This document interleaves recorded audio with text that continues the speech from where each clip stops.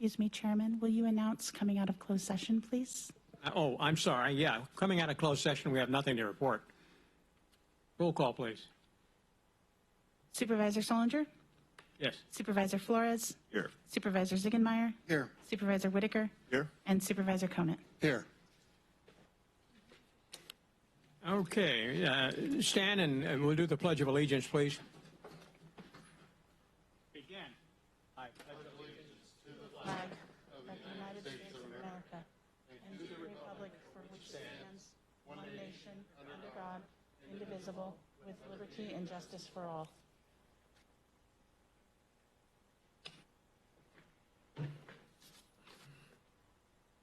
Okay, the governor has declared a state of emergency to exist in California as a result of the threat of COVID-19, coronavirus. The governor also issued Executive Order N-25-20, which directs Californians to follow public health directives, including canceling large gatherings. The executive order also allows legislative bodies to hold meetings via conference calls while still meeting state transparency requirements. The public may view the meetings in real time on the county's website, which is suttercounty.ca. Go to Sutter County and Google will get you there. The public is not permitted to attend in person. Please submit your comments via email by 1 p.m. on the day of the board meeting. Public comments can be emailed to the board clerk at county.sutter.ca.us and will be read aloud by the clerk. Please identify the agenda item you wish to address in your comments and limit it to 250 words. Okay. The first thing on the agenda we have here. Mr. Chairman, it would be all right if I made an announcement before you get started. Absolutely. So we are asking to pull item number 25, which is a public hearing, and asking that the board continue it to a date and time certain, which would be the next board meeting on July 28th at 3 p.m. Okay, do we need a motion for that? No, you don't need to vote on that. Okay. We're just asking that you continue it to that date and time. Okay. All right. So you don't need any direction from us in terms other than yes, we agree? Correct. Okay. No problem. Yes, we agree? And through the chair, I would like to pull 23 and 24 to talk about those. And then Consent. from consent, please. I'd like to pull item 16 from consent, please. Mr. Item Chairman. 15? 16. 16. 16, Okay. You 23, and 24. You get public comment yet, or did we? No. No, we have not done. I'm just following suit, you know. Figured. We haven't got to consent yet. When are we going to follow the agenda, or are we just going to just make it up as we go I figured along? he was jumping the gun. I'd just go with him. Go with it. Okay. Is there any, by the way, public comment? Members of the public will be allowed to address the board on items of interest to the public that are within the subject matter jurisdiction of the Board of Supervisors. State law provides that no action may be taken on any item not appearing on the posted agenda. Do we have any public comment? Okay, good afternoon. We have one public comment submitted by Pat Bray. I listened to your June 23rd Sutter County Board of Supervisors meeting. I would have thought one of you could have answered anti-masker Cindy Huff's questioning of the science behind wearing face masks. The five of you are just as ignorant as she is. It blew my mind. Good leaders, but put politics aside, educate themselves so that they can educate those they lead and make good, hard decisions concerning those they lead. Enforcing Dr. Liu's orders are some of the hard decisions that you'll have to make. You want to get more media attention, save an economy and some lives, be the first county in California to enforce wearing face masks. Unless you get on top of this and start leading, your legacy will be that you followed an ambitious young assemblyman like a bunch of lemmings rather than the advice of a John Hopkins trained epidemiologist and the local economy. The population pays the price. Thank you. Thank you. Oh, can you state the name of the person who made that comment again? I missed that. Sorry. The comment was submitted by Pat Bray, and I've also sent you an email. Great. Thank you. Okay, at this point in time, there's no additional public comment. The chair would entertain a motion to approve the consent calendar minus the items we previously discussed, items 16, 23, 20, and 24. Move for approval? Move for Second. second. Been moved and seconded. Roll call, please. Supervisor Solinger? Yes. Supervisor Flores? Yes. Supervisor Ziegenmeier? Yes. Supervisor Whitaker? Yes. And Supervisor Conant? Yes. Okay, unanimously approved. Great. So, item 16, I pulled, Moving on to item 16. thank you. I had a question regarding I was reading the letter to Caleb Roop, and it was from Rick Bingham. And I just want to understand more clearly the terms of the loan, because I'm reading a loan not to exceed 3% with a 55-year term based on residual receipts of $3,373,963. So I guess I want to understand the terms of the loan, where the money comes from, and how it actually works a little bit more clearly. Can I get an explanation? Is there anybody anywhere? Is there anyone from that department? Oh, Mr. Smith. Chair, I think Rick Bingham is on the call, so he should be able to answer. I recall, I think these are the same terms that were used for the Regional Housing Authorities project that used Mental Health Services Act funding, but I don't want to make that assumption, and I think Rick can address that. Rick, are you on the line? Yeah, sorry. I was having difficulty getting off mute there for a second. Can everybody hear me okay? Yeah. Okay. So, yeah, this is No Place Like Home funding, and the terms are similar to those that were for the Sutter County project. So this is for the Yuba County project. And correct, it's a 55-year loan. Behavioral health essentially acts as the pass-through entity for the builders that will be doing the construction along with the Regional Housing Authority. And so essentially, we receive the money in the form of a grant and then provide that to the builders. They do the project. And then as part of that, part of the funding, we also provide social support services for the project and for the individuals that will be housed there. Okay, thanks, Rick. What's the total cost of this project? And it's a 41-unit permanent supportive housing project. I just didn't see the total cost. Yeah, I'm not sure that I have that handy, unfortunately. I think there's a $3.3 million loan, and that would be our portion of the cost. I don't know the total. It'd be 3.3 million plus the interest, I believe. Well, no, this is our portion of the cost, so there's another amount for the whole project. So I was curious if this is like, is this 10%, 50%, 20? I mean, I think it's important for us to know how much we're contributing to a cost of an entire facility. To the chair? Yeah. Yes.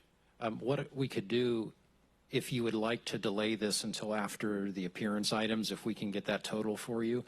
If we cannot, we'll bring it back to the next meeting and make sure that information is in the staff report. That sounds fair. Thank you. No problem. Yeah, that's good. Okay. Okay, thanks, Rick. Yeah, we'll work on that. Thank you. All right. Moving on to item number 23.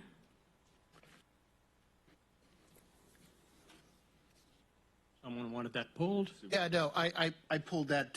This is another Rick Beam question. I actually had some constituents ask me in the past month, you know, Mike, what are we doing for substance abuse in the county? And we notice that it's getting out of hand, especially, you know, 2nd Street and so forth. And looking at this, and this, you know, these go hand in hand. But Rick, are we using everything we possibly have at our disposal? Like I've heard firsthand knowledge of pathways, having wide open spaces. I know it costs more, but you know what? Are we using everything that we can possibly to get these individuals off drugs? Right. So items 23 and 24, I think, are under probation, but I can't answer that question. So, yeah, so we receive funding in multiple pots. So one is substance abuse block grant, and then we also have drug Medi-Cal that we can bill for substance use services. So Pathways is one of our contractors. We do send individuals there for both residential treatment as well as outpatient treatment.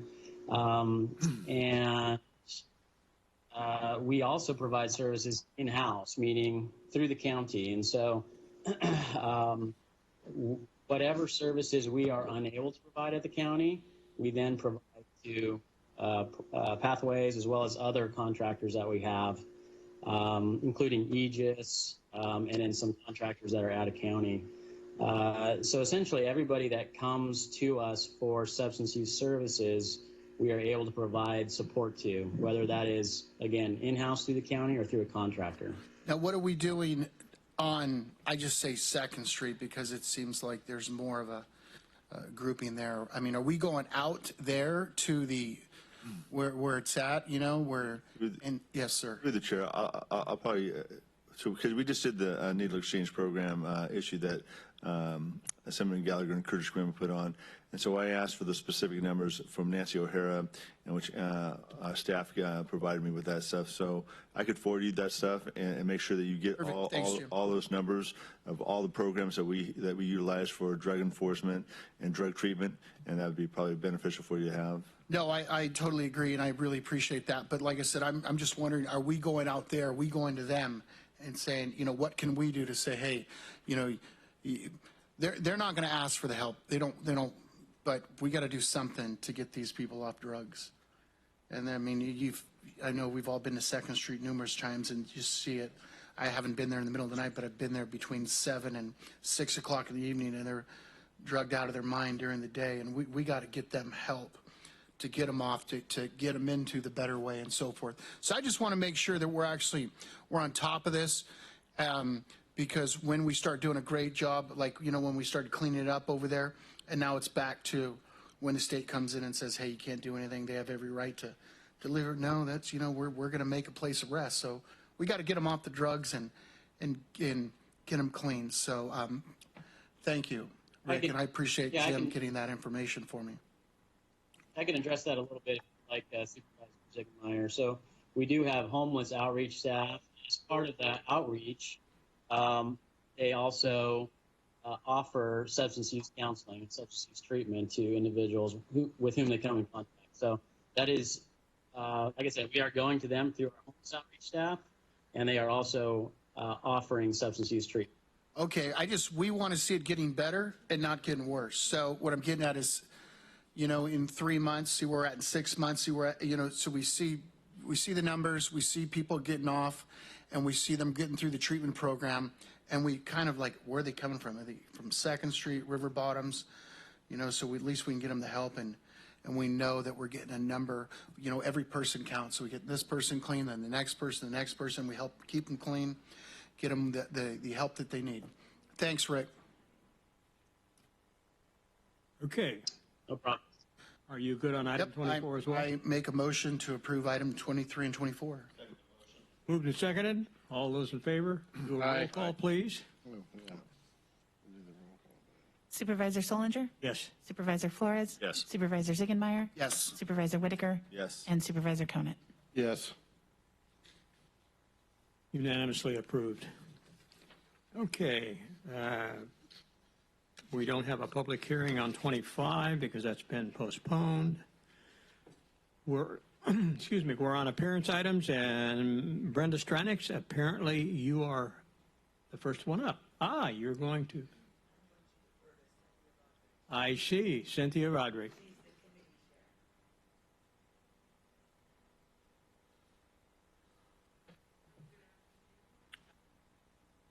Cynthia, can we bother you just to pull that mask down or up so we can hear you better, and move the mic right? Move the mic right to your voice, sir. There we go. Thank you.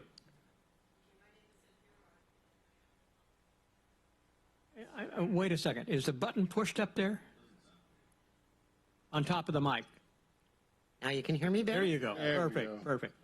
I am the Comprehensive Economic Development Strategy Chairperson, and I'm here to present the SEDS document for adoption and approval, and to get a resolution. And some of you may or may not know exactly what the SEDS is.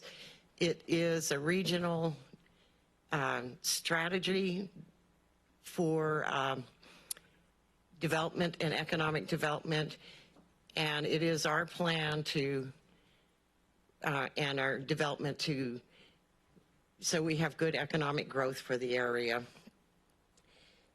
This year we had to do a major update. This is our 5-year update. We had to do a regional SWOT analysis. It was well attended. We had 36 representatives from private and public stakeholders. And we also did an online survey and distributed it out to 25,000 people, or 2,500, of which 150 people participated on the online survey. And from that, the SEDS committee developed the regional goals and tactics for our economic development. And this is our 5-year plan. We do update it every year, just to make sure that it remains current. It was totally redesigned with the hopes that rather than having a 200-page document, that the main document is now only 28 pages and becomes more readable and interesting to the public to review. It will be posted up on our website as well as once we get EDA approval. Your regional public works are posted in the Appendix 5 and begins on page 11, and these were submitted by Neil Hay as part of your submission into this regional document. So I will entertain any questions you may have. No, through the chair, I took part in that, and it was really neat to see everyone took a whole day and to really go over these and, you know, find all the facts and stuff and see what the future holds, and, you know, and we talked about it, and a great job. Looks really good. You did a good job in putting this together, and thank you everyone that participated. Thank you. Any other questions? Yep, through the chair. Just so you're done reviewing it, or just present it? Yes. Okay. So I had a chance to glance over it, and I think it's awesome. You know, it's great. It's a really good report. So the questions we run into all the time, because we have a lot of economic development meetings, we go regionally, we meet a lot of different places. And I love the fact that we did a SWOT and we have our strengths, weaknesses, opportunities, and threats. And then I really love the fact that you laid it out in this way where you said, you know, innovation and economic development, the positives and negatives, and then what needs to be done specifically. Same thing for workforce and education, same things for infrastructure, and the same thing for quality of life and place. And then I also see the 4 goals for the region, and then, you know, the execution plan, basically like what's our tactic 1, tactic 2, tactic 3 for each of the goals. So, and then I see the implementation partners that are included in each of those. I just wonder how we manage the execution of the goals, because I think these are really wonderful, you know, goals. If we look at all of this and we say, wow, you know, if we can create and maintain a competitive region through innovation and economic development, and then it says tactic 1, attract more industries to the region. Tactic 2, boost entrepreneurial development. Tactic 3, maintain, promote, and expand regional businesses. And then you have all these implementation partners who are actively involved in that process. But how do we measure the outcome? Like, how do we say, hey, that was really successful? Is it that, you know, what did we really create in maintaining this competitive region and thorough innovation and economic development? Annually, I put together a SEDS evaluation. Yes. I just completed it. Okay. For 2019, we will post that up on our website for your review. Then you will see what the measurements were, what the outcomes were. I do gross product. how much we have done for workforce, how much we've done for bringing in new businesses, and it's all outlined in this evaluation. And you're welcome to review it as soon as I get it posted. So I have, and I really appreciate the SEDS report too. I think it's really helpful. But again, I'm going to reiterate, I think you did an awesome job here, simplified it to the fact where I can even understand it, which is really helpful, But then you look at this and you go, okay, now if we can take it, from even the SEDS, what are the specific measurable, outcomes that could be outlined in this that lead to SEDS so that we can say, hey, our EDC performed this, and as a matter of fact, surpassed those goals in whatever areas so that we can actually see those measurements. Like when you're talking about GDP, right? I can look through this and I don't see GDP, but it's in the SEDS, but you can tell me, hey, our GDP was $10 billion. And I'm okay, well, that's an arbitrary number. Is that good or bad or different or otherwise? Again, it's in that sheet that just got handed to you. This one, yeah. Yes. In the SEDS, right? Right. Yeah. No, that is the evaluation of what happened. Oh, this is the performance measurements. Performance measures. Okay. And that will be posted up. Okay. Okay, maybe you guys can come back soon and go over in more detail for us so we can, because we want to be, I for one definitely want to be more supportive. We have a long way to climb right now, right? With COVID, I met with 12 separate restaurant owners today. 3 of those restaurant owners, Ken was with me today too, and 3 of those restaurant owners said they're closing pretty much unless they can get some pretty fast support.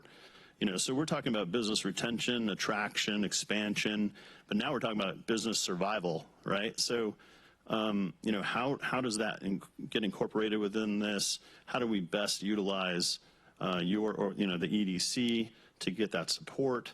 What do you need from us to make sure that we have that support? All those kinds of questions I still have. And I think, like I said, I think this is awesome because we laid out very specific items. And now we're under this state of emergency that kind of enhances the issues for everyone. I for one, and I know Supervisor Ziegemeier mentions this as well, but we both have businesses that are, at this time in a second closing at very high risk of potentially closing. Businesses have been in the families for long periods of time, right? So what is it we can do to enhance the economic development strategy along with what you've already performed? So maybe you can come back and we can talk further. And, I know we have economic development meetings, but I would say that from a priorities standpoint, from the Board of Supervisors standpoint, that within the next several weeks, within months, that the number one priority of the Sutter County is going to be economic development. So that spotlight's going to come down, on the EDC, on the Board of Supervisors, on the businesses, on the leadership of Sutter County to see how we're actually going to not only react, but be proactive in providing solutions and coming out of this COVID, nightmare. So I think it would be great. But if we can have one maybe in the next couple of weeks, just sort of a strategy, or within the next month, if that would work for you. That way we can really just talk about, hey, these are suggestions. And if you think we need to have a workshop where we're all involved in that, happy to do that. If we need to do it jointly with Yuba County, now's the time to really make it happen because, I, for one, want to make sure that we can relay that we're being proactive and strategizing and planning. And, not necessarily that it's going to be a perfect plan because no one's been through this before, but what is it we can do to be ahead of the game, compared to anyone else in attacking our revival, basically, how we're going to actually come back to life, right? So that would be great. All right, thank you. Otherwise, thank you. Love it. Great presentation. Through the chair. Sure. So I will say kudos to you, Mr. Roderick, and kudos to Brenda. Exceptional job on your EDC comprehensive economic development plan. My only thing is this, and Brenda and I have talked about this before, is that, when you run every 4 years in this position, and people will always say that, hey, we want to bring in jobs, we're bringing in jobs, and yet, what jobs are you bringing in? And so it would be nice to have that information to say, well, here, since since this time, this is how many jobs we've actually brought into Sutter County. I think our biggest downfall is that the Economic Development Corporation and let's say the Planning Department, Doug Libby is an incredible resource. Sometimes we're not shovel ready for different places to happen, for businesses to come into Sutter County. Right now we're trying to build down south and hopefully that'll get taken care of. But they're looking for the next big housing boom and next big economic boom that's going with it. I just think that for me personally, I think that sides need to talk and communicate and figure out what piece we're missing in this economic drive that we can't attract businesses to come to Sutter County. And so that is the discussion that we have to have, a study session to make that happen. By all means, let's do it. I give a lot of kudos to Ms. Stranix because of all the hard work she's put in. And I've sent people to her office and they've come back and said, man, she's a wealth of knowledge. So I just think that we can continue doing this and build upon it and make this even better. But I think that, we have to have those discussions. And I'm all for one of stealing people from other counties and taking businesses away from them as well. I think we should do more of it. So thank you. Good. I'd just like to say that I think that certainly we've always had an emphasis on trying to bring other businesses into this community. And it would seem to me that sooner or later, the more progressive cities and or even the state, but the cities in particular are going to be taxing to make up for the losses. They're going to have to tax the businesses. I would guess there's probably an opening for us to be able to say, hey, Sutter County, we'll make you an offer you can't turn down. But I honestly believe that you have a very difficult job in not only trying to attract, but in my opinion, coming from the private sector for somewhere around 40 years, I think economic survival of those people that we have has to be the number one key, because I worry every day that you see some of the larger corporations disappearing. I mean, I know Sears is the Amazons of the world have kind of put them out of business. But if you stop and think about it, that Sears store's been there for years and years and years. We take the Pier 1 store for granted. We take the Bed Bath & Beyond store. A lot of the small restaurants, I only hope that you guys, and we can help if we can, find a way to continue to promote local economic survival, which I just think is so critical to our area. Because a lot of these businesses weren't in great shape before the pandemic, and I just, it frightens me to death to think how many businesses we might lose unless we can find a way of providing some little help with economic survival. Because when the checkbook runs dry and the bank says, I'm sorry, no more, it's got to be a real problem for our area. So I don't envy you the job that you have in front of you, but hopefully you understand, as far as I'm concerned, economic survival at this point in time is something that hopefully you guys are prepared to be proactive with, because I think that's critical. But any other questions among the board members? Chair will entertain a motion to approve. Move to approve. Second. Moved and seconded. Roll call, please. Supervisor Solinger? Yes. Supervisor Flores? Supervisor Ziegenmeyer? Yes. Supervisor Whitaker? Yes. Supervisor Conant? Aye. Unanimously approved. Thank you. Okay, thank you, Brenda. Thank you, Cynthia. I just thinking, we've been around for a long time, Cynthia. I remember going to your wedding. That was probably before Brenda was even born. Yeah, it wasn't that. Yeah. Yeah. Okay, Guadalupe. Item number 27.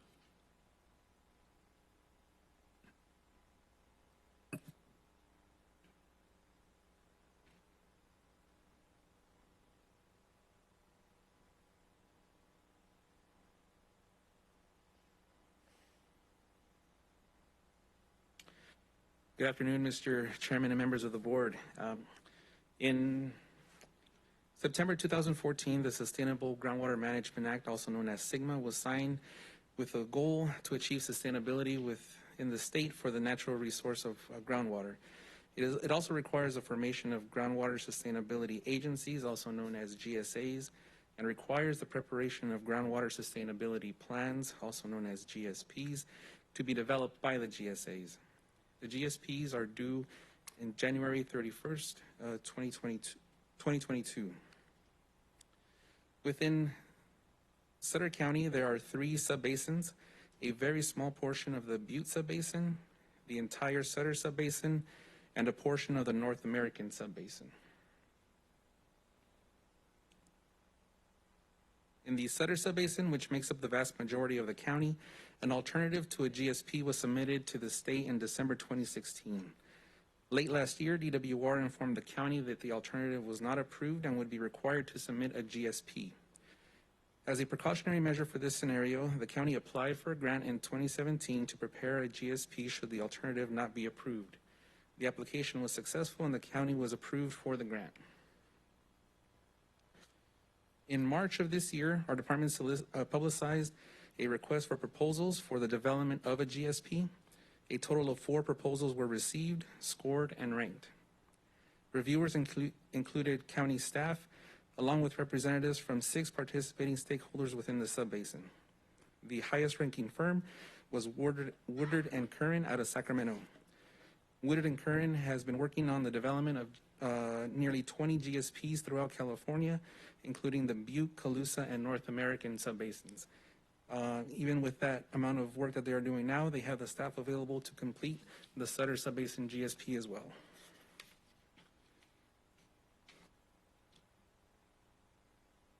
The overall cost for the GSP are approximately $1.28 million, which includes the $212,000 already spent for the alternative and grant application.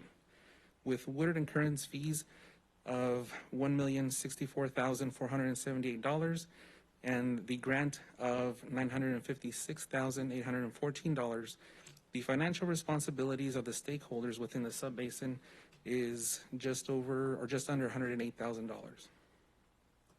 Although not anticipated, the stakeholders have agreed to prepare for a contingency budget to manage potential cost overruns in the completion of the tasks needed to complete the GSP. The total assumed contingency budget is just under 5% of the consultant fees, equaling $53,000. The local match share is distributed to participating agencies based on acreage, and this would result in a Sutter County cash contribution of approximately $38,000 plus an additional amount just under $19,000 should the contingency be needed. This slide here, hopefully you're able to make out the numbers and letters okay, represents the percentage breakdown associated with the cost shares of the stakeholders within the subbasin. To conclude, staff recommends the approval of the agreement with Woodard & Curran in the amount of $1,064,478 for the development of a GSP and the authorization to have the Director of Development Services execute the agreement. Letters of support for this action were received by Reclamation Districts 70, 1500, and 1600, Sutter Extension Water District, City of Live Oak, Butte Water District, and we also received the support from the City of Yuba City. Funds for this project were included in the recommended budget for this fiscal year, and with that, I'd be happy to answer any questions you may have. Any questions among the board? If I could just make a comment, we in Sutter County are really blessed that we have such good water supply. I mean, I'm not saying that everything's all perfect, but there's some areas where it's a little light and deeper wells, mostly because of infrastructure problems and the fact that the groundwater maybe isn't there because of sub-materials like rock and stuff where it doesn't near the buttes. And we do have some salt issues, intrusions in the southern part of the county near Nicholas, but in general, our water quality is pretty good. And I must say that the water districts, through conjunctive use and regular use water districts, full support water districts, have really maintained a really good water infrastructure in our county, and also the rivers and the riparian rights as well. So I thank you, Guadalupe, for a great report, and and I think we have a lot to be thankful for. Okay, any other board members with anything else to say? Not the chair will entertain a motion. Move for approval of recommended action. Second. Moved and seconded. Roll call, please. Supervisor Solinger? Yes. Supervisor Flores? Yes. Supervisor Ziegenmeyer? Yes. Supervisor Whitaker? Yes. Supervisor Conant? Yes. Unanimously approved. Thank you, Guadalupe. Mr. Libby, item number 28. Mr. Chairman, good afternoon. Thank you, Doug Libby, Principal Planner for Development Services. This next item for you is consideration of an amendment, number 1, to an existing independent contractor agreement with Environmental Science Associates, they're abbreviated ESA, expanding the scope of services and increasing the contract amount by $42,867 to study truck yard operations near and around Oswald Road and State Highway 99, and authorization for the Director of Development Services to execute and administer the amendment. Now, as your board may recall, it was back on March 10th. Staff brought forward to you an item to enter into the original contract to complete a cumulative analysis for the truck yard operations down in the Oswald Road Highway 99 area. That original contract is in the amount of $117,355. Topics to be analyzed in that cumulative analysis include air quality, health risk assessment, hydrology, lighting, noise, transportation, and traffic. The assessment will include feasible mitigation to reduce or substantially reduce impacts which can be relied upon in later applications. Future project approvals which would rely upon this cumulative analysis for their individual project may be required to reimburse the county on a pro rata basis. So after the board approved entering the original contract on March 10th, additional changes to the scope of work were requested by an attorney representing concerned citizens. Revisions to the scope of work include increasing the overall depth of the analysis for the existing truck yards, including comparing existing operating conditions to permitted activities, broaden the air quality analysis to determine consistency with local, state, and federal regulations, clarify the health risk assessment analysis will be completed using California Office of Environmental Health Hazard Assessment guidance, clarifying the noise analysis will be conducted using the Federal Transit Administration and Federal Highway Administration noise models. Clarifying the traffic analysis will include personal vehicle trip generation from truck yards and providing for 2 community workshops for public engagement. And these may take the form of virtual meetings depending upon the current COVID-19 or coronavirus guidance. Included in your staff report is a track change version of the project scope with the revisions noted. The revisions will increase the contract amount by from $117,355 to $160,222. Now, the contract amendment will have an impact on the general fund for increase because half the cost will be paid for through planning's budget. Half of the increase will be paid for through the road fund because there is transportation component as part of this. Now, Development Services staff will be working with our County Administrator's Office to incorporate the increased contract amount for the final fiscal year 2021 adopted budget for both planning and roads when the final budget is presented to your board in the near future. Therefore, a budget amendment is not required for this action. Now, this item was presented to your Public Works Support Services Committee back on June 25th, and it was forwarded to your board as an appearance item. So that would conclude my comments unless there are any questions. No, through the chair, good job, Doug, and I'm hopefully this is going to satisfy the landowners out there in the studies that they're going to accomplish with all this. With that being said, if there's none, I'll make a motion to approve. Through the chair, just a quick question. So, Doug, on the outcomes for the contractor, is part of that a recommendation as to whether we need to do further documentation through CEQA, or is part of, will this satisfy like CEQA? I'm a little unclear on that. Like, Yeah, so existing truck yard operators, they have an existing entitlement. The cumulative analysis is going to look at what the cumulative condition is for the topics that I mentioned for that area. And so if there's any new applications coming forward, the theory being that we would take that baseline condition and then the applicant would have to factor in their proposed project. And then we would have a new cumulative analysis.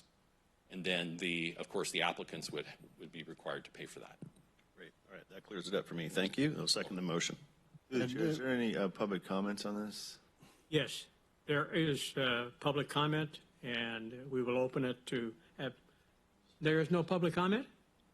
I just had one thing. So Doug, there is a really good chance, though, that down the road, if future truck yards want to come in, that they will be required to do CEQA requirements, correct? Yeah, so I think it's important to note that any of the truck yard applications that involved a general plan amendment, a rezoning, design review, all of them had what was probably a mitigated negative declaration adopted by the board at the time of project approval. And that would continue because, as you recall, some of the truck yard changes implemented last year required that going forward they would have a use permit requirement. So there's going to be CEQA on all truck yards going forward. Okay, there's a motion. Clarify the large general truck yards. There's a motion on the floor and a second. Roll call, please. Supervisor Solinger? Yes. Supervisor Flores? Yes. Supervisor Ziegenmeyer? Yes. Supervisor Whitaker? Yes. Supervisor Conant? Aye. Unanimously approved. Thank you. Okay. Mike McGee, item number 29. Chair, board members, good afternoon. I'm here seeking the approval to appoint David Collins as the County Administrative Hearing Officer from the period of July 14, 2020 to July 14, 2022. That'll help us finish off our code enforcement program so we can start collecting some fines and fees.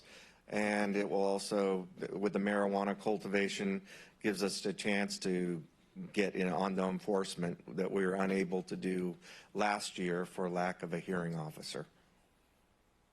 And it seems reasonable. He's been chosen by County Council to be our hearing officer. Any questions? Move for approval. Second. Through the chair real fast, and this is great news. So now we're going to be able to go get all those citations.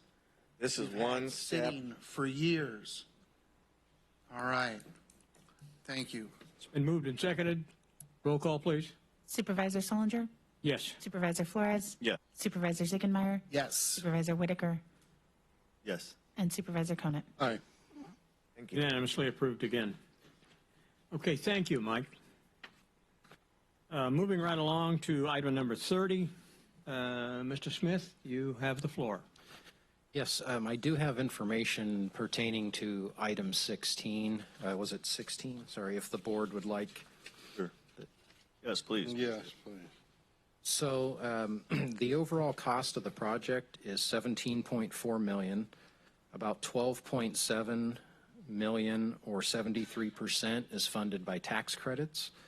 The $3.37 million from Sutter County would be about 19.4% of the overall amount.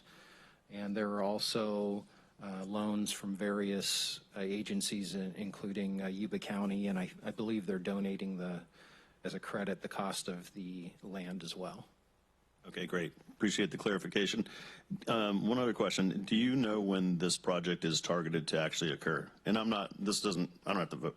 It doesn't concern the vote because it doesn't sound like we have anybody on the line for MUD. I don't. I know Gus is out of cell phone range, and Becky at the RHA gave me the information, so I can get that to you if you'd like. I'll make a note to. Yeah, that'd be great. Just so we know when it is, and then with that, I'll move for approval. Oh, Becky, are you on the line? Or maybe it's Nancy. Yeah, this is Nancy. Oh, hi, Nancy. Health and Human Services Director. Great. The Regional Housing Authority applied for a tax credit on July 1st, and I don't think they'll have an estimated date until after they're approved for that tax credit. But we can get back to you on the particulars. Okay, is there a typical time? I know last time it took forever on the other project, the Garden Highway. Well, there was on our New Haven project, there was a lot of, the No Place Like Home was new funding at the time, and so there was a lot of delay on that. And then they had to apply for the tax credit, and I believe they had to do that twice. So they applied first, I believe, the July, and that was not approved, and then they applied in September, and that was. So I think it just depends on how, and I believe Regional Housing does think that they're pretty competitive for this project for the July tax credits, but they have to wait and see. Okay, great. Thanks for the clarification, and I'll move for approval. Second. Moved and seconded. Roll call, please. For item number 16, 16, excuse me. Supervisor Solinger? Yes. Supervisor Flores? Yes. Supervisor Ziegenmeyer? Yes. Supervisor Whitaker? Yes. And Supervisor Conant? All right. Hey, Steve, when you said that total cost, there is a loan on that too, but that doesn't include interest on the loan, correct? For carrying that note forward? I thought it mentioned 3% maximum interest. Or does it include the interest? I was told that the 17.4 million contains all soft and hard costs, but I can ask specifically about the interest. Okay. I was just curious. Moving along again, Mr. Smith, you're the man in charge here. Thank you, Honorable Chair and Supervisors. So this item is asking for authorization to establish a small business economic resiliency grant program in the amount of $300,000 for an amount not to exceed $315,000, meaning an additional $15,000 for administration of the program by the EDC, and then a budget amendment for 2021 of the $10.3 million for the CARES Act funding. It mentions budget transfer voucher pending, but actually it's not. We're going to bring this forward in at budget hearings with a report. I just wanted to state, and Leanne Link, Assistant CAO, is going to present the majority of this, but this came to our attention rather quickly with over the past week when we were notified that Sutter County was going to be put on the watch list or the county monitoring list, and we had anticipated that the dine-in restaurants that have now been impacted and possibly other, bars, wineries, brew pubs were impacted as well. Since that time, and the governor made kind of a surprise announcement, was that yesterday or day before? Yesterday, about the additional businesses. So regardless, with this item, the board will have a lot of options, and Leanne can go over that now and then over the recommendation. Through the chair. Discussion. Through the chair. Yes. So I'm not going to, steal anybody's thunder, and I appreciate, Steve Smith, our CEO, and Leanne Link. But, I've been talking to a lot of businesses today, and I've done a lot of research today, and just looking at budgets and looking at CARES Act funding, and I'm pretty sure you've gotten probably the same phone calls that I've gotten from several business, restaurant, and bar owners, as well as barbershop people and beauty salons. I mean, they are devastated by this. I mean, we thought the first round was devastated. The second round is even more devastating. So I did speak with, county staff and specifically Ms. Link about, where we are on our CARES Act funding and anticipating from, what we might be able to do. And, from my perspective, the county, obviously has probably about $5.7 million in to cover their estimated costs, and let's just say round it off to $6 million that the county will have to use to pay for all of our essentials and all of our needs under the COVID crisis that we've gone through. So that leaves approximately about $4 million for us to allocate, and I'm not saying to allocate the full $4 million right now, believe me. But I think that from my perspective and looking at, because we're not going to get this money all at once, is that we do a $600,000 budget request and that we give $10,000 to 60 businesses that could use it, specifically with utilizing the restaurants, the bars, and barbershops and beauty salons at this time. And so, you know, for me, I think the $5,000 that's currently being offered, that's a minimal cost. I mean, $5,000 for businesses is a great gesture, but I think $10,000 goes a long ways to making sure that, you know, that Sutter County is looking at this very serious, and we are proactive in businesses, and we are proactive in making sure that all those businesses are trying to do everything they can for sustainability. The PPP was a huge help, but it's just not enough for these businesses to go through. And so, you know, my caveat would also be that, you know, here's the biggest thing for me is like people like Sopatai, you know. I mean, unbelievable story with this lady. And so I don't want to see somebody like Sopatai being left off the list. I want to make sure that, you know, for me, I think part of my proposal is that the chairman and the vice chairman look at this list along with the, you know, the EDC, Brenda Stranix, along with Mrs. Link as well, to make sure that if you have to come back and say, hey, 60 businesses weren't enough, we might need to do 70, okay? By all means, I would feel very confident in allowing our chairman and our vice chairman, Ms. Stranix and Leanne Link, to make that suggestion and bring it back to the board so we could cover those businesses. You know, I think, like I said, $10,000 goes a long way to helping these businesses out.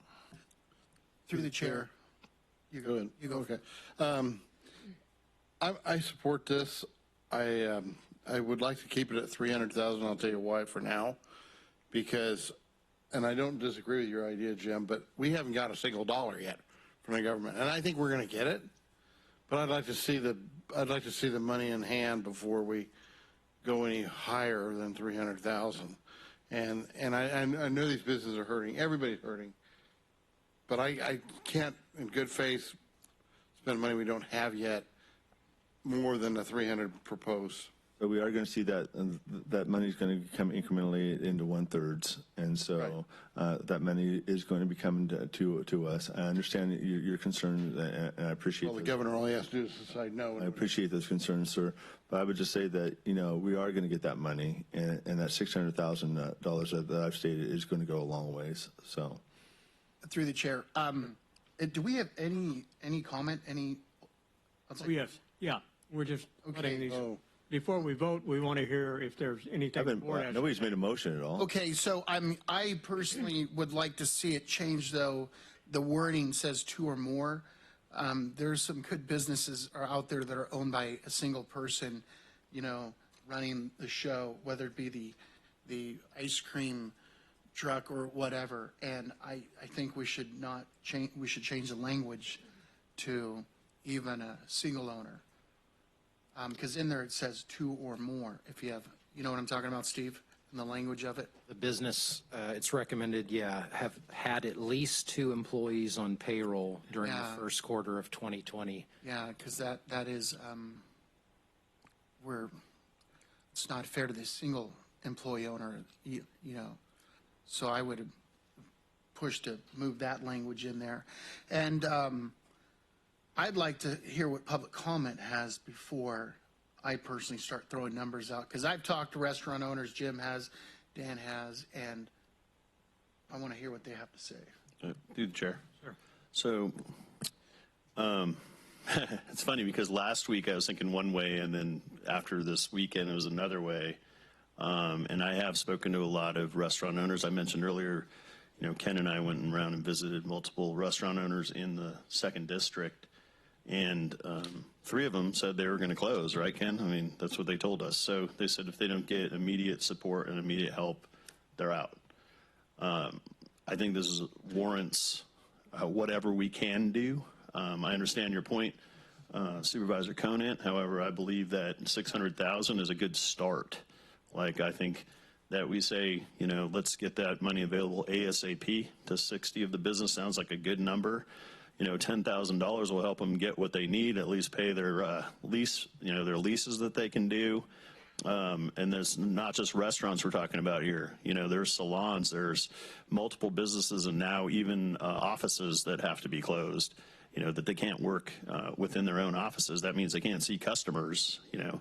I have a business that's closed, right? So, I mean, this is really a critical time. Not that any of the money is coming to me, so don't have that. I don't want any of it. But just, you know, I think it's really important that we're there to support these businesses right away. And if we have that funding coming, you know, I hope we could start with around 600,000, but I'd really like to see more as we proceed. So I don't know if, Leanne, you finished even giving us the presentation of what you're thinking about, but you know, I, for one, would support that proposal right away. And I think as urgently, as quickly as we can get the funding out. Yeah, Leanne, let's hear your presentation, and then we'll go into public comment and come back to the mouthiness of the board. My pleasure. Leanne Link, Assistant County Administrator.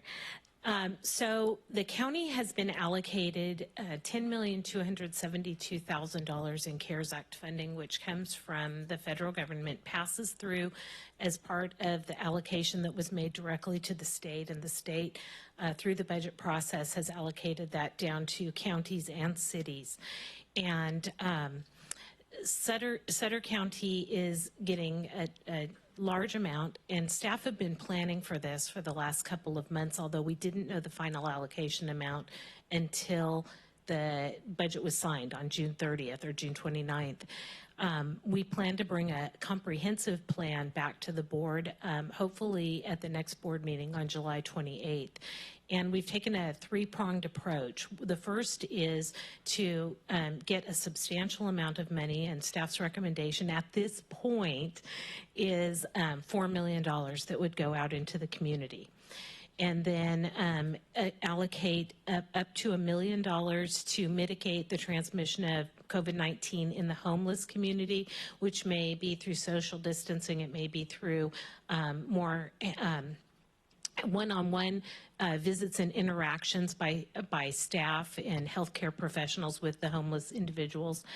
And then finally, to make sure that we fully cover our costs within the county, which will help to stabilize our general fund and continue the level of services that the county or that the constituents have come to expect from us. So we've really tried to take a very broad approach to this. I participated in a training yesterday, which is the first one that we've had where we talked directly with Department of Finance. And that's really important because they're the ones who hold the purse strings on this. So they told us that the payment is actually going to be divided up into 1/6 increments. The first payment should come to us within the next 2 weeks. It will be about $1.7 million. The following payment would come about the 1st of August. That will be another $1.7 million. So between those two payments, so within the next month, we should have about $3.4 million of cash on hand. So the budget amendment that's in there actually sets up, or the auditor's office has set up a special revenue fund specifically for this. So we're going to start depositing it. We'll start gaining interest on that money as soon as we get it. The third payment should come September 1st, which will be another $1.7 million. And we will, at the same time on September 1st, be expected to submit our plan to the state. So we're going to have to tell them how we're going to spend those dollars. And then the state will come back around toward the end of October. They're going to make sure that we fully are going to expend those funds. They don't want us to have to revert funds back. They really want us to spend those. So we believe, just within our internal conversations, between those three prongs that we've talked about, we can fully expend those funds probably as early as the end of October. And so so we won't leave any money on the table. And once we have, the state has determined that we have those, that we have met all the requirements, they'll release that last half of the funding to us. So we should have the full allocation by November. So so the financial risk on this, I don't believe, is very great. And I think it would be very difficult for the state to backtrack on that now because it's in the budget. They would get pushback from way larger counties than we are. There are some strings to the money. We have to be in compliance with the state orders, and I think as part of the community program, we have to extend that out to the businesses that we support, that they would adhere to the state orders as well. That protects us from having the money reverted, and because if that money is reverted, our likelihood of going back and collecting it back may be pretty low. So I think that that's a safety that we may want to include in there. Also, we are going to have to certify monthly to a number of things, which includes the amount of staff that we have devoted to contact tracing. It's whether or not we are still adhering to the orders or we haven't issued something contrary to the state's orders. We have to provide other information on availability of beds for the homeless population to make sure that we are able to socially distance them if we need to, if they do contract COVID, and also to have a comprehensive plan for the virus containment and being able to follow that. So it's not a small lift, but you know, the county is fully in compliance now. We've issued, Steve has, CAO Smith has signed the attestations that were required. We got those all in on time. We are perfectly eligible for this funding right now. And the funding goes beyond the $10.272 million. We also have another $2.1 million in realignment backfill, which provides funding to our health and human services programs and to our public safety programs as well. So it's a comprehensive package that's worth more than, I believe, $12.3 million to Sutter County. So it will make a substantial impact in this community. The program, as we proposed it, we tried to keep quite fluid so that you could actively participate in what you wanted to see in this program. We worked actively with Brenda Stranix and Yuba Sutter Economic Development Corporation to come up with a procedure and a ranking system for people who apply. We wanted to make sure that there was a need, that they can demonstrate a need. We want to make sure that that need is in excess of any other federal funding that they've received, because the feds will come back, and this will be audited. The funds in this program will be audited, and they'll come back, and if somebody has received more in the federal stimulus money than they actually had demonstrated costs, then they will probably come back to us through the state to recoup those funds that went out. So we have to be very careful about that. Then we've also included economic impact as a factor. So that would mean that we're looking for businesses who have a direct economic impact on the community. So if you have more employees, you might score higher than somebody who had 0 or 1 employee. And then finally, we want to make sure that this benefits the whole community, but we really want to focus on those businesses that are in the unincorporated area. So we've developed a point system where they would get more points if they were in the unincorporated areas, and then Live Oak would be a smaller amount of points, and then Yuba City would get no additional points, but they still would qualify based on need. So the geographical location point factor is only 10% of the total. That's really how the program is laid out, and then, you know, we're looking really for direction from all of you today. I think as you take your actions, the one that's really important is that you make a finding of a public purpose for this, because we don't want to be seeing as gifting public funds. So that's very important as well. And I'd be happy to answer any additional questions. Through the chair. So from your professional opinion, Ms. Link, is $600,000 justifiable? I believe I think justifiable is really a term of art, and it's really a policy decision, which I think that we leave to you. What I can tell you as the guardian of the general fund, Is it doable? it is doable. It is doable, and I believe it's a safe investment. It would come out of that $4 million that we will bring as our recommendation to you. But it won't hurt anything to spend it now. We're well within this expenditure period, which is March 1st through December 30th. So my belief is if there's any risk, it's very minimal. Thank you. Through the chair. Sure. Leanne, can you just run, let's say I'm SOPA tie, just run me through the process. Like, I'm going to fill out a form with the EDC, and I'm in downtown Yuba City. Am I going to get denied because I don't get that 10%, or we don't know because it's based on the budget overall? So we don't know what their financial condition is. So they would have they may have qualified for Paycheck Protection Program and EIDL funds, economic in this. I'm sorry, I don't. Yes. So what we would look for is so that we don't have that supplantation. So we would look for costs, or they can demonstrate lost revenue. Maybe their revenue in this same period last year was this much higher. So, sorry to interrupt you. So the maybe part bothers me a little bit. So is it are you going to say from January 1st to July 1st of 19, compare revenue, or how are you going to do that? Yes, that was our intention with this, although Brenda Stranix could come back and talk a little bit more about the particulars of how we would rank this. Yeah, if you don't mind just really explaining the ranking, because we don't want to make it overly complicated. And then just a comment on the PPP and EIDL. I mean, the PPP ran out weeks ago for everybody because it was 2.5 months of payroll. And then EIDL, a lot of people didn't even apply because they weren't aware that they could with PPP. Then they found out they could, and then they applied. So they're actually working on that purse string at the moment, right? And that's about to run out. So I don't know if there would there really be a situation where you'd overdo it as a business? They just take too much? We do have some businesses that have received a great deal more than what would be normally operating capital through those their own revenue through the programs. In the example, for example, a business, a small restaurant or a smaller restaurant that's down on Pluma Street, the percentage of points that are allocated to that geographic location is fairly insignificant. What we're really looking for is, does the business really have a gap?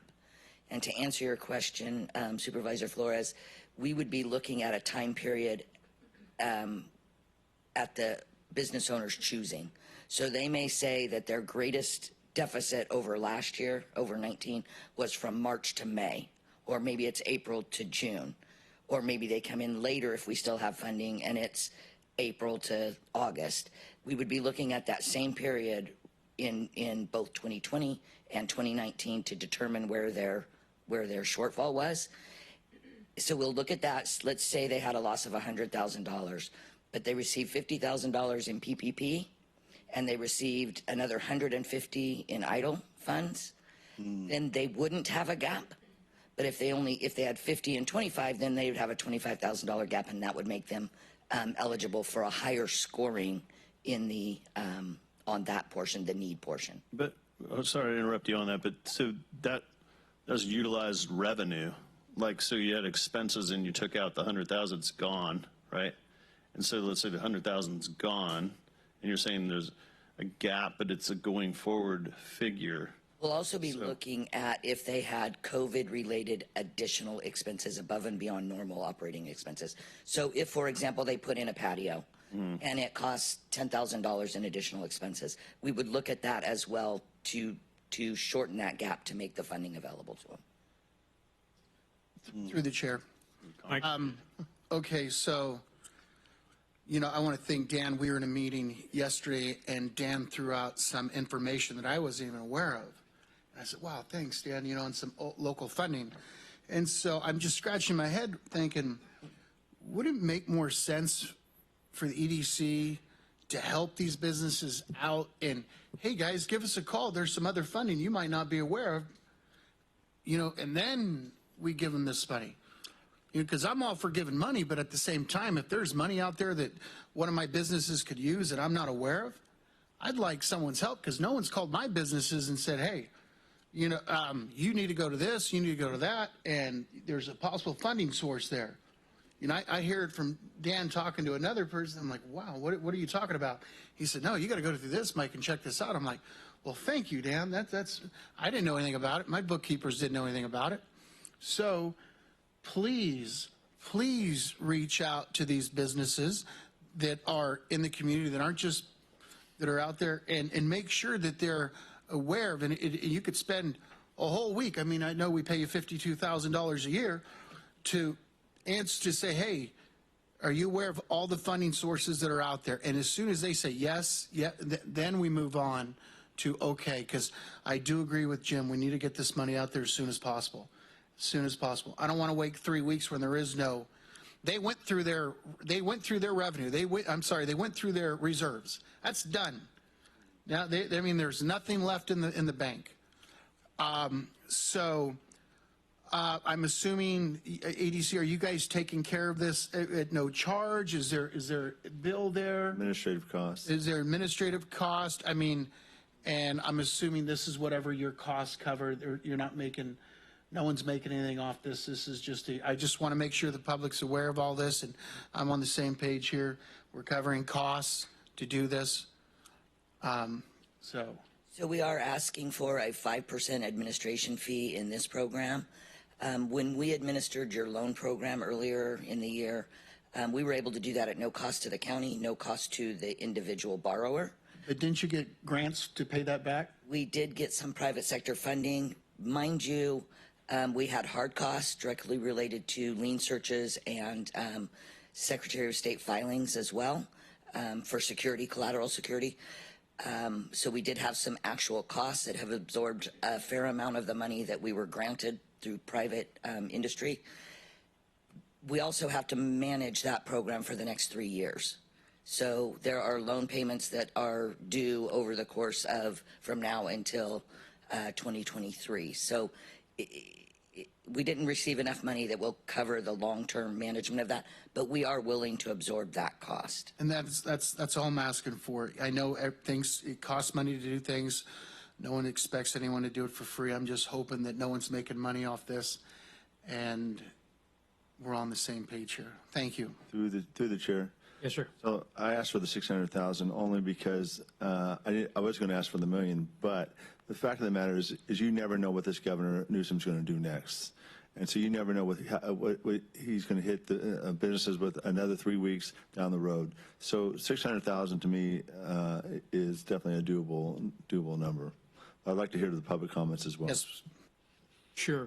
The public comment. And if you could lift up the bottom of your mask or the top so we can understand you, it would be appreciated. Thank you, Stephanie. So we received 3 public comments on this agenda item. The first one is from Danielle Daniel. This is an email from the small business owners. We are a group of the self-employed. We work by ourselves.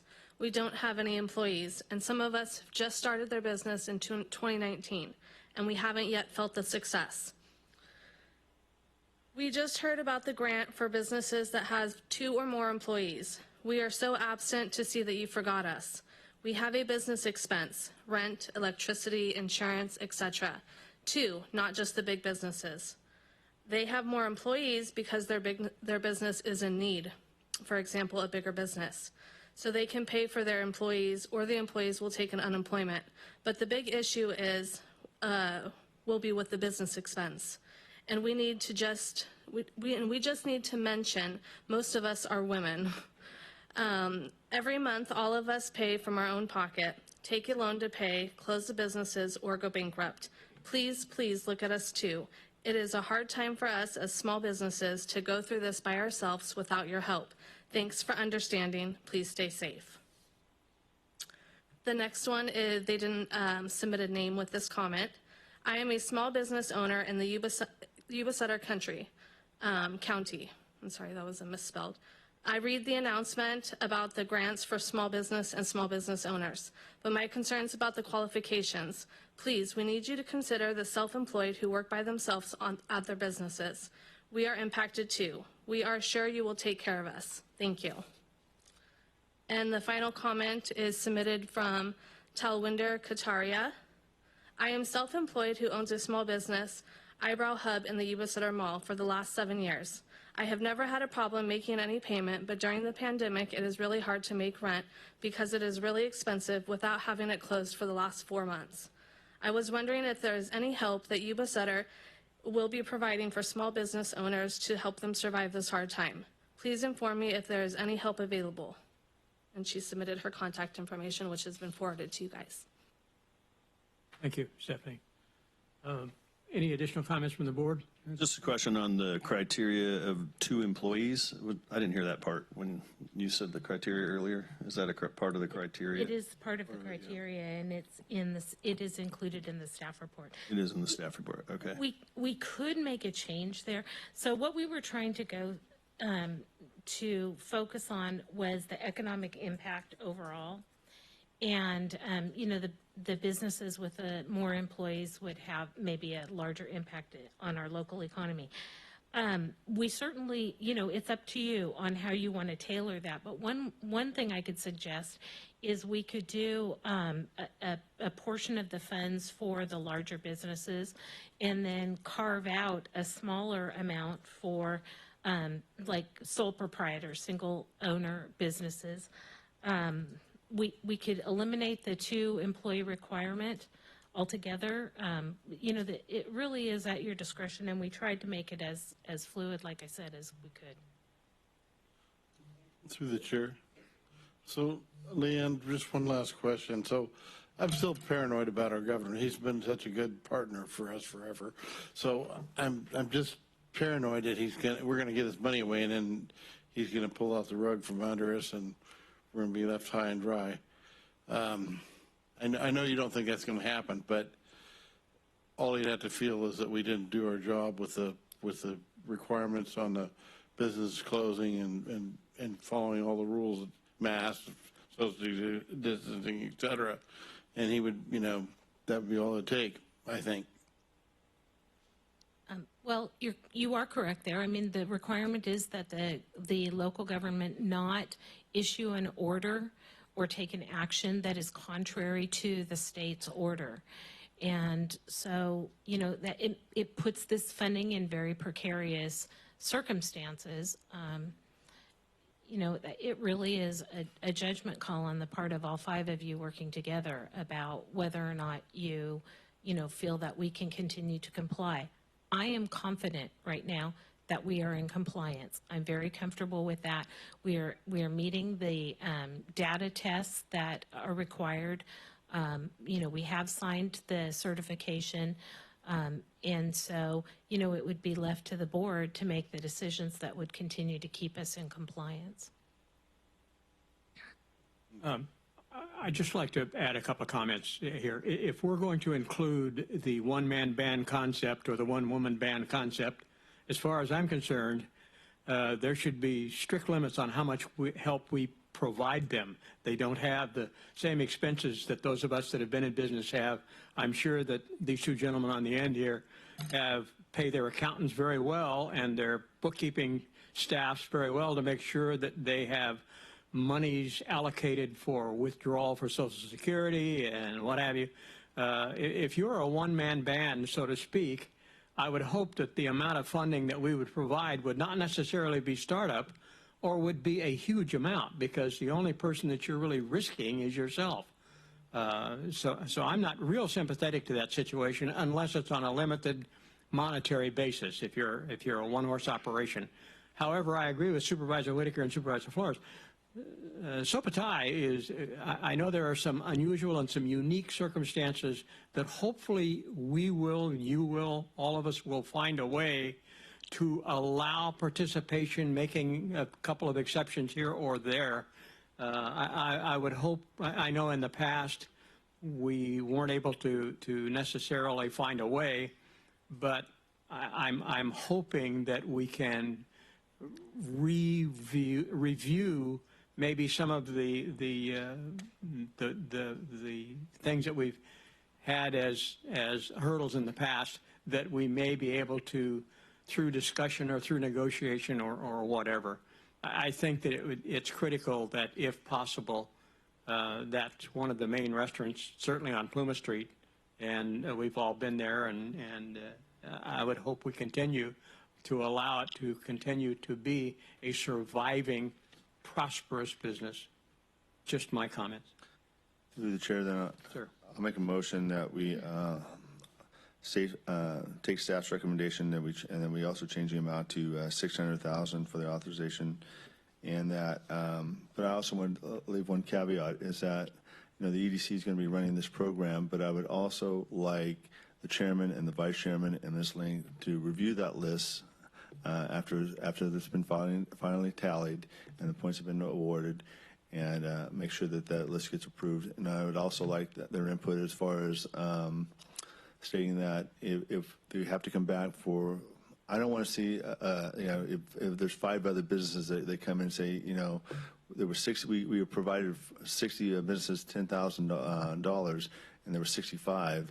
I'd rather see our chairman and our vice chairman come back and say, hey, we can do an additional 50,000, can't we? And so I just want to be flexible on that and allow our chairman and vice chairman to be a part of that, as well as Ms. Link. I'll second the motion with that same flexibility clause and the 600,000 as well. I think that's a really good motion.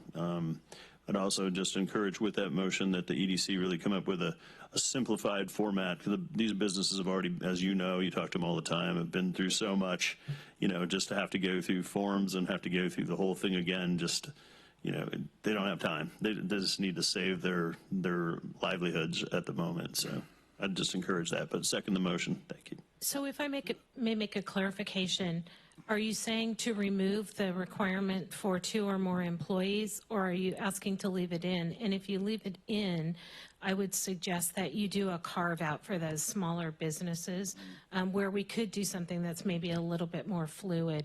The larger businesses will be able to provide us with financial statements that will show their employee salaries and benefits costs and things like that. So they may be a little bit more adaptable to it, but maybe we could work on something that is that acceptable to. Yeah, I'd like to leave it in, but I would also like to leave that discretion up to. I'm fully confident that Ms. Stranick, who knows these businesses very well, can determine, hey, their needs and stuff, as well as our chairman and our vice chairman and you as well. Okay, so perhaps if we leave it in and Supervisor Ziegemeier then can come back with an additional motion. Well, I'm going to. That would accommodate. Surprise! I'm going to move to amend it. Amend the motion. Okay. And I'm actually going to. I do agree with Matt, and the reason why is because I know this is not the governor's money. This is Trump's money that he's allocated, and the governor's blackmailing us and saying do this. And I have more comments to say afterwards in closing, but. I think it's prudent that we, like I said, with EDC, going back to what I said earlier, reach out to these businesses, help them, and find out that they've been applied for all the fundings that's been available, all of it. Because, we employ a lot of people at our company, and we didn't know about that certain funding. And then we start out small with a $300,000, $5,000 per, because with that, we're going to be able to reach out. And I'm all for having we've been doing a lot, and just to let the public know, we're fine with meeting on a Saturday or Sunday, whenever. We're whatever it takes to keep this community going, we're going to be there. We're not going to be like, hey, we're so-and-so on vacation. We'll make it happen. We'll stop what we're doing. We'll be there, have a special meeting, whatever it takes to keep it going, to add more, because we could always add. I love the fact that the staff's saying $4 million for the community. That's awesome. To get it out there to the businesses, because that's our bread and butter right here.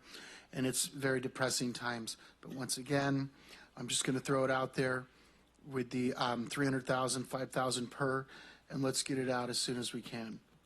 With EDC helping these businesses to find other funding as well. I'm not sure I understand the context of your motion. It's on motion. Yeah. amend the motion to, Lower it to 300. I want to lower it to 300,000 for now. We could always meet a week from now or 2 weeks from now, and $5,000. And then, like I said, with the EDC going out and helping these businesses, asking if there's additional funding they could help them out with and be that middle person. Through the What chair. about this Through the one? chair. What about Through the amending chair. it? Let's, What Through the about chair. amending it? Yes, sir. Making it Hang on, Matt. 300. Hang on. let's let, So Supervisor Flores went out and talked to business. I've talked to business, and you've talked to businesses as well, and maybe some of these other supervisors have talked to businesses. But the cost of, like now, going out, like if you look at what Happy Biking did to bring in tents, to bring in tables, to bring in outdoor eateries, it's a humongous cost for these people. It's more than $5,000 to do all that stuff. Okay, so. So you sit here and say, well, $5,000 to give to somebody is a minimal cost. Like I said, we have the money. We know the money's going to be there. $600,000 to get out in the community is a huge benefit for our businesses. I really stress that. I can't stress that enough. If you look at the SOPA tie and you look at SOPA, you would say, wow. Unbelievable. This lady would be crying for $10,000. Absolutely crying. She would have tears just to get $10,000. I think it's important that we look at those businesses and say, hey, you know what? They're going to go through the process. And yeah, Ms. Stranich is going to also tell them, hey, there's other funding available at certain other places as well, other funding resources that they can utilize as well. But right now, I mean, let's send this message out to our businesses that, hey, we are here for you. I mean, let's do it right now. and that's why my amended motion is for the 300,000 today. If we have to, we get together next week and we vote another 300,000, but I want to spread it out. I mean, there's more than 50 businesses or 100 businesses. And I got news for you. We're talking about the closed businesses. It's not just the closed businesses that are affected by this. All right, my company's down about 40%. All right, and it's everyone that's suffering through this. It's nasty. Let's get this money out today, though. Gotcha. Is there a Through the chair. second to the amendment? Through the chair, if I could just ask legal counsel, because I know we use, what's the rules of order we're using? The ones that Supervisor Conant brought to the table. Rosenberg's Rules of Order. Rosenberg. So is that, I'm a little unclear on the amendment because I feel like we're going to end up in a circle here because, if we do this amendment and then we do this again and then we get the same amendment, what happens? So here's how this works, Dan. So if he makes a motion to amend it and the amendment passes with a second. Oh, okay, so we're waiting on a second the amount now. of 300,000. So we're waiting on a second right now. Right. I'll second it. Okay, he's seconded it. So then we're going to vote on this and then we're going to come back after, I'm just guessing it's going to say we're going to vote no. And then what if Supervisor Whitaker votes again or brings an amendment forth again for the 600? We'll have to vote on the amendment that's. We have to vote on the amendment as we speak. That's the first thing we vote on? Yes. Yes. Okay, it's been moved and seconded. One moment. For my friends over here with clerk of the board, I want to just be very clear that what the amendment is being voted on right now is staff's recommendation, which is a $300,000 program, grants of $5,000 up to $5,000 each. It does include the criteria that are outlined in here, including the minimum of 2 employees on the payroll in the quarter prior. Is that correct? One employee, up one or more. 1 or more employee. Does that include the owner, or is it an employee on the payroll? I'll make that. I'll take that as a friendly amendment. Okay, so it's one or more employees, which includes the owner, which may not be an employee. Yeah. Okay. Okay, it's been moved, Okay. moved and seconded. Roll call, please, on the amendment. I was just going to clarify the last 2 items, which were the contract, to move forward with the contract with EDC, and also approve the budget amendment, but there is no budget transfer voucher pending. Supervisor Solinger? No. Supervisor Flores? No. Supervisor Ziegenmeyer? Yes. Supervisor Whitaker? No. Supervisor Conant? Yes. Motion dies. Mills and Fields. Should we try for another amendment? And we, no, Realistically? can we just vote on just going to the current amendment? Oh, now we need to vote on the regular, that's true, yeah. I'm sorry. Read a motion. On the original This is the part I was motion, confused which is on. up to $600,000, leaving in the 2 employees or more, then we maybe can go for another motion beyond that. But let's get this one out of the way first. Roll call vote on the original motion. Well, okay, so if we're on the original motion, then I amend that again, which And you do should that? take it to 1. This is what I was referring to. Like, in I the mean, circle. I want it to, I'm looking to move it to 1. To the chair, I just want to clarify, Supervisor Whitaker, I thought, mentioned that he would leave discretion up to the chair and vice chair, that if they want to include businesses of one person. Correct. That's all I'm asking. I was going to say or less. That's all I'm asking. One person. No, you weren't. You're making a motion. Well, Let's move into minute. I just want to see it at least 1, and I still want verbiage in there that the EDC helps these businesses out find additional funding. Put faith in your chairman and your vice chairman. Believe me, they'll come through. All right. I still want the worded verbiage in there that the EDC is going to help out, reach out and help these businesses, all businesses, and ask them if, and make sure they're aware of the additional funding throughout the different sources. Do you have any problem with that, Jim? Then, Dan, do you have a problem with that? Therefore, that's a friendly amendment. Thank you. Yeah, that simplifies it, but we're still back at $600,000, right? Yeah. Yes. How about if I restate for the benefit of clerk of the board? So that is a $600,000 program with grants of up to $10,000 per business. The EDC, in addition to the requirements on here, on the staff, included in the staff report, the EDC will also ask the question about whether or not other grants have been sought or lead to other, I'm sorry, I'm not being very articulate. So that will ensure that that businesses have applied for all available funding. How about that? And Leanne, the board, the chair and the vice chair will review the grants. Got it? As well as Ms. Link. As well as Ms. Link. Yeah. Okay. And Is there clarity now on this motion? is that clarity? Any questions? No? Roll call, please. Supervisor Solinger? Yes. Supervisor Flores? Yes. Supervisor Ziegenmeyer? I'm going to vote yes because it's good, but I don't like the fact that, I mean, I just don't want any of us to even know, and I'd rather leave this up to third party, someone, so we don't have someone coming up and saying, so you're giving loans to so-and-so and so-and-so. I want to take that out of it. Oversight that they're awarding Supervisor Ziegenmeyer. I think it's just an oversight, All right. not anything more. Thank you for clarifying that. I vote yes, and thank you. Supervisor Whitaker? Yes. And Supervisor Conant? Yes. I just hope we get the money. Oh, nice. Unanimously approved. I thought, awesome. Hope we get the money. Yeah, exactly. Come out of your. I thought IHOP was making waffles, but now. Thank you, Leanne. Okay. Does Steve have anything else? I know that there are businesses out there that are saying, hey, look, I'm going down for the third time. Awesome. So- Thank you, Brenda. Thank you, Cynthia. So whatever we can do to expedite this thing, I hope that happens, and I'm sure Brenda and group will certainly help us in that area. We are at the end of our meeting. Their board, other business of the Board of Supervisors? Or have you finished, Mr. Smith? To the chair, I was going to just mention, we will have the full plan back to you at the meeting in 2 weeks for the CARES Act funding. Thank you. I don't have any further announcements. All right. Supervisor Ziegenmeyer? Yeah, I got a few things I want to state out. First of all, the county's health is the most important thing here. That's it. I firmly believe that. But I also believe that everyone has the right to wear or not wear a mask. I'm going to encourage it, but you got every right. We don't know what's going to happen in the next 3 weeks. This thing can go on for a year.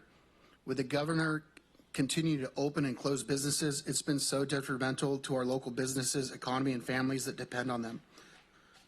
From what I've researched, No insurance company covers the loss of business due to coronavirus. It really puzzles me why they have Assembly Bill 1552 sitting there. Hasn't even gone through committee. So I encourage this board to send a letter to the governor from all of us asking, why haven't you looked through this? And what it does is it covers, it's the loss of business due to the COVID related. Like I said, it was very discouraging to hear James say that hasn't even gone through one committee. It's just sitting there.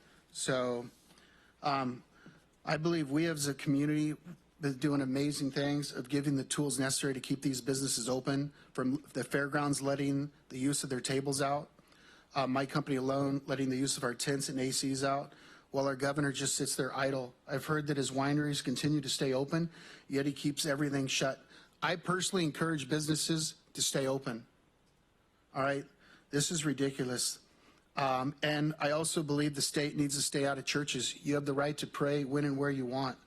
The state has no business being in there. All right, we got to encourage the use of masks and social distance, but they need to stay out of the churches. We've been playing by the rules this whole time, and yet where's it gotten us? It's just hurt our community, and it's hurt the way we do business here and the way of life. We're entitled to that CARES Act money. It's ours. Trump's given it to us, but yet they continue to blackmail us. I want to thank LaMalfa and Jim Nielsen and the Dahl family and the other senators and for sending off that letter to the governor saying, hey, this is money that should be given to the other counties. The big counties have already received their money. All right, it's our money. We're entitled to it. And for him to say that I'm going to give it to you every month, so on so forth, so he can collect the interest on it, that's just wrong. What he's doing here to our community is just devastating us. I asked for the numbers on the suicides and where the numbers are a while back, and I'm afraid to even look at those. I'm afraid to see what the depression rates are from the last few years. I know Supervisor Dan Flores and I have both asked for those for the last 6 months, and I'm really afraid to look at those.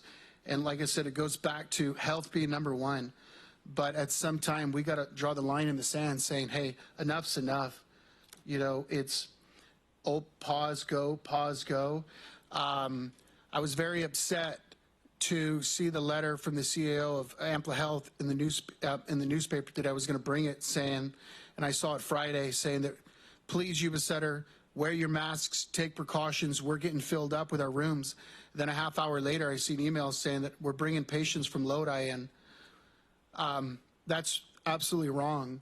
You know, I believe in mutual aid. That's what this country is built on. But if you're telling us that we're hurting that bad, but yet you're bringing in others to here, I just don't get it. It doesn't make sense to me.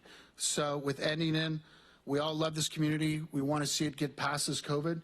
But the expense that it's taking on these small businesses, and I applaud Jim and everyone here for, like I said, we're doing the right thing. And doing whatever we can to keep these businesses going. But it's, once again, these are just Band-Aids, Band-Aids, Band-Aids. Hopefully they come out with another round of funding for these businesses. Back to what Dan said, it was only 2 months of funding for payrolls. We went through that, and I know other businesses that are down 20, 30, 40, 50%. He's got a school that can't even be in session, and it's just, the impact is unbelievable.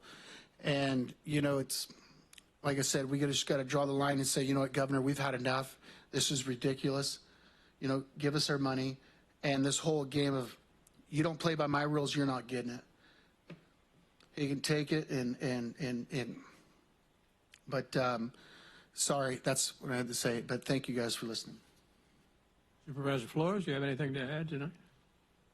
Hard to add to that one, but I just want to say one word right now, and it's perseverance. You know, from talking to all of the local business people and so many of them, and seeing how our own staff and how the county's working together to really try to, you know, come together with this issue that we're dealing with the closing down, the opening up, the closing down. You know, it's affecting livelihoods, but I can go back to Yuba Sutter, and I can tell you that we have the best people here, the strongest perseverance. We're all supportive of each other.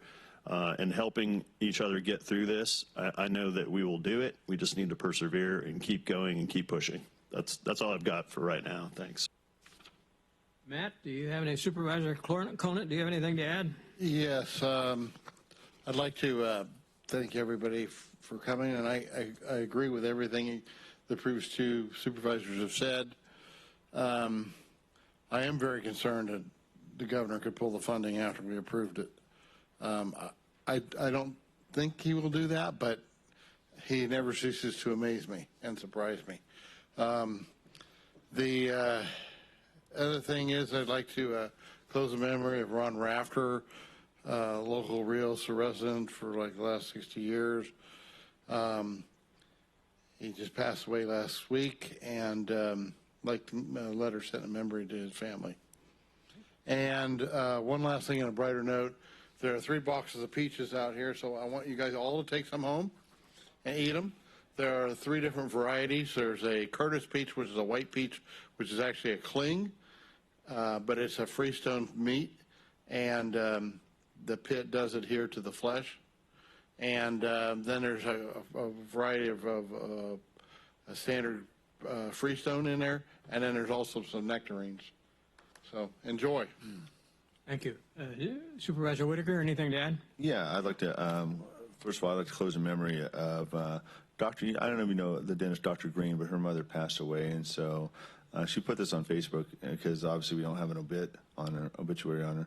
But she said, my beautiful mother, Yolanda Francisca Lorente, passed away early this morning, peacefully at the home, surrounded by loved ones. It was only tiding that she left on the 4th of July holiday, as she was very patriotic and proud of to be an American. So obviously she's going to be sorely missed, so I'd like a letter of condolence sent to her family.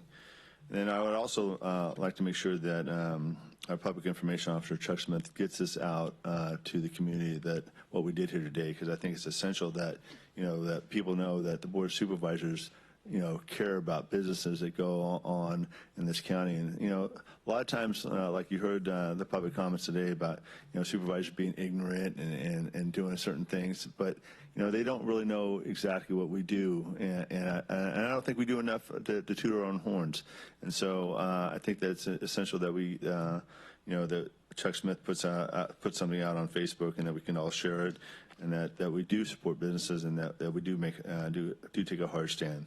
Also, I'd like to thank, Leanne Link for her presentation today and walking us through this, and being a good resource of information today when I was talking to her about, my potential of bringing this to 600,000, and she gave some, direct insight, and obviously gave me some great information on how to present it. So really appreciate that from Leanne.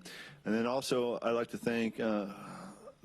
Who was it that gave us these masks? It was Zachary Hamill, was it? Yeah. Zachary Hamill, and so, definitely I think it'd behoove us if you guys want to go out in Plymouth Street and Dance District, I know, but the heart of the 2nd District, but to pass out these and make sure that these things get out to the community, because, whether you want to wear masks or whether you don't want to wear masks, I mean, believe me, I'm not a mask person myself. Sometimes I forget about wearing a mask, but when I walk into like stores, I'm like, oh, go back and get your mask on, because you are a representative of this county, and you're asking people to wear masks, and so you have to be a leader and making sure that you wear your mask. So let's get these out in the community, and let's make sure we help Dr. Liu get her message that, hey, wear your mask. With that, Mr. Chairman, I have nothing else. I'll second the motion for Supervisor Conant and Supervisor Whitaker on their condolences. Great. Can I get a second? What about that letter towards AB? Can you look that over, Steve? Make sure on that coronavirus language. Yeah, I can read that bill for Thank you and get back to you. A roll call, please. Supervisor Solinger? Yes. Supervisor Flores? Yes. Supervisor Ziegenmeier? Yes. Supervisor Whitaker? And Supervisor Conant? Aye. Unanimously carried. Leanne, let me compliment you on saying that you have been very adept at bringing down the complexities of government to a 12-year-old level so that we all understand what it is that you're talking about. Thank you for that. because it's, you know, the devil in the details. We sometimes get lost with that. A word, personal opinion about our governor. He's often wrong, but never doubtful. And I think that between he and the governor of New York, or the mayor of New York, they're in a contest to see who can finish off who they have under their control first. But that's another story. Okay, is there any other information for the good of the order? If not, this meeting's adjourned.